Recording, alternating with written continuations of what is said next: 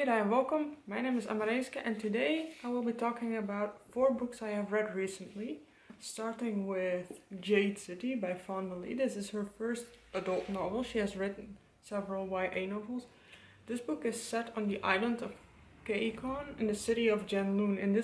On this island, Jade has magical properties, and the people who were born there or have migrated there, people have mixed, and now there are people who can wield the jade without a lot of side effects, but the side effects depend on how well trained the people are and how much jade the person in question can handle.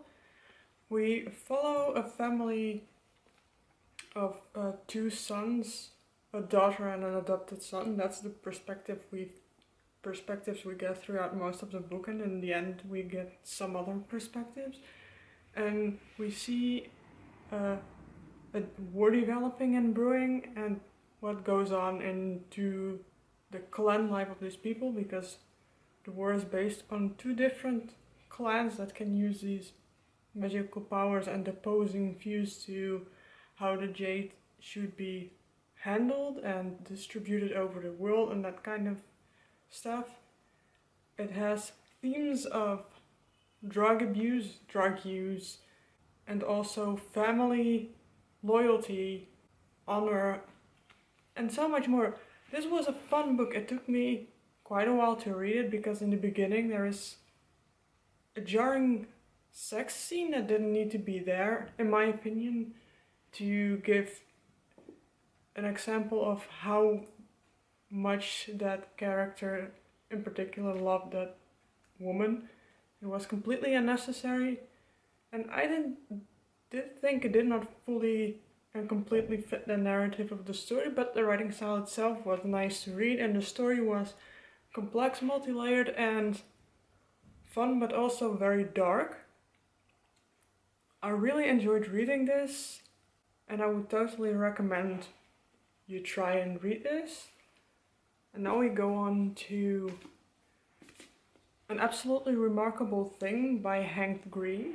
I did not fully know what to expect from it, and it is quite hard to summarize, but I will try. This book is about April May, who discovers a weird metal statue in the beginning of the book that has been placed randomly somewhere in, I believe it was New York. And she decides to call her friend, and they make a funny video of it and post it on YouTube. Turns out that their video has gone viral the next day, and those statues have been turning up all over the world. And our story starts from there. It explores being a YouTuber, going viral, and the fame that comes with it. And it explores fame and different kinds of fame in general. I think it was a very interesting book, and the writing style was very Hank Green. Like, if you watch Vlogbrothers videos and you see Hank's videos, he has a very specific way of thinking, a very specific train of thought, but also a very specific way of using words and the words he chooses. And that comes out really, really well in this book. It was definitely in Hank Green's voice. It was definitely about the things that Hank Green does think about in the way he thinks about it. Plus the plot was just very interesting. And I didn't mind, but some people said that the book went somewhere completely differently from what they expected. And I guess that could be, but it did go somewhat where I expected. But I just really was fascinated by the characters. April May is flawed and not always the most likable character, but I didn't mind because it was just fascinating to see her mistakes, and in the beginning you get sort of a look back on what she has discovered in the end, and then she tells her story.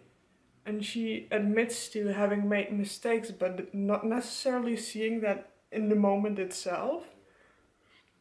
Which of course is how it happens for a lot of people, and it makes sense to, if you don't know everything, to make mistakes. That was explored very well in this book too.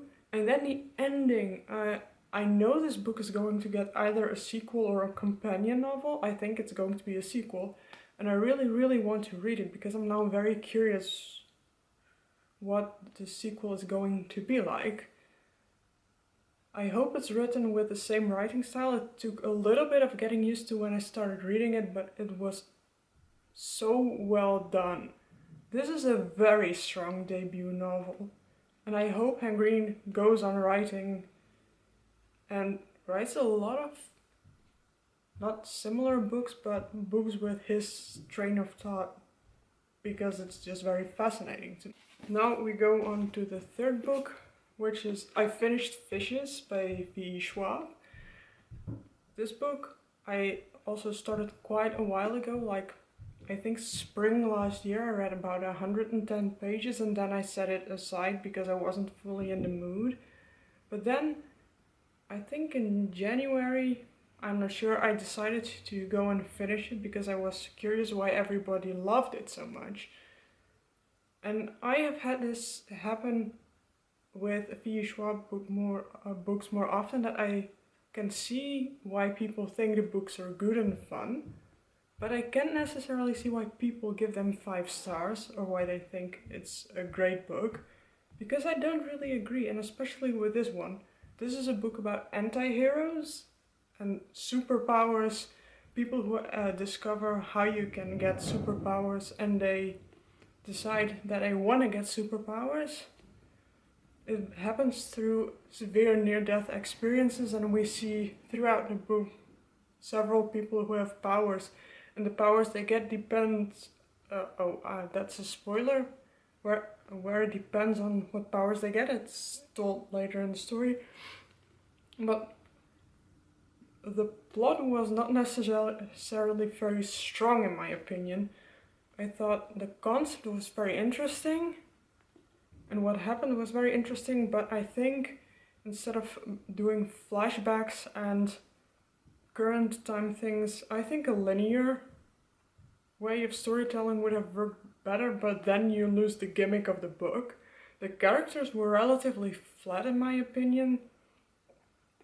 Definitely Eli, I think there was one character who had more depth.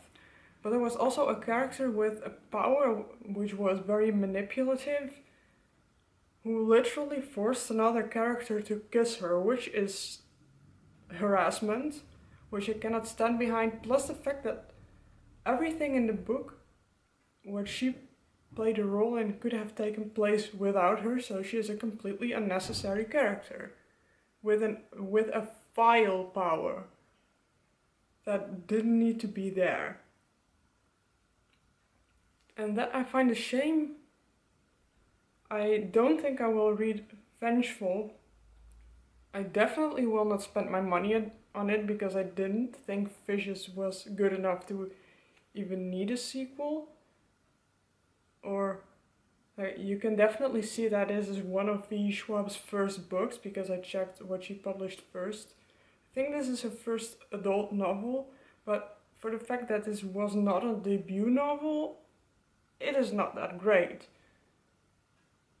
So I don't get where the hype comes from, and I have now read enough of Victoria or V. Schwab to know that the favorite thing I read was the Monsters of Verity duology, which is very surprising because usually I'm not that much into YA books. But I don't think her adult stuff is as sublime as people say. I also don't think her YA stuff is as sublime as people say, a lot of people say. But I do think it is better than this book.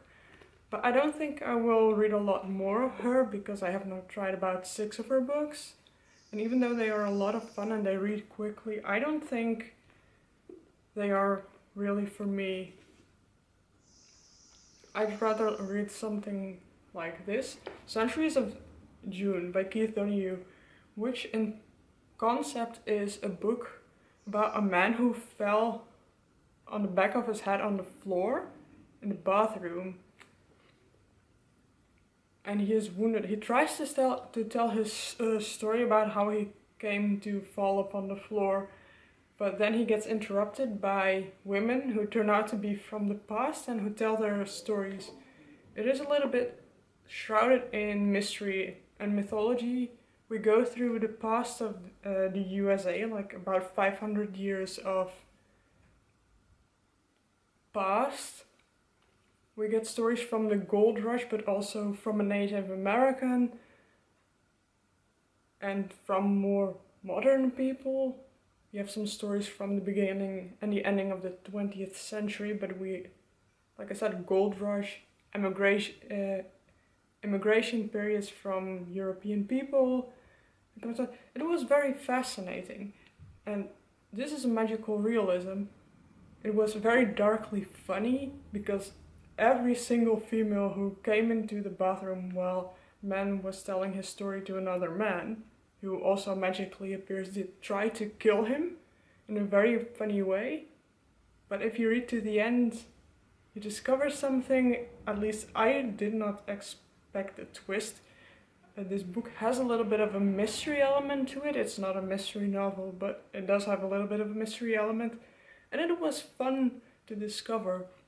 And what Keith Donohue usually does is that if you have the mundane elements, they feel eerie or slightly magical. And the magical things feel down to earth and of this world. And it happened in this book too. I think this is one of my favorite books of his.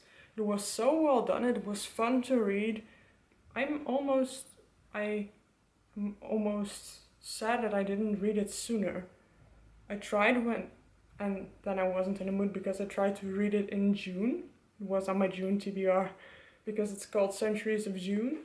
But the book is also set in June. I think somewhere in the US, I don't know exactly where. I totally recommend this book. One of the best books I have read so far this year.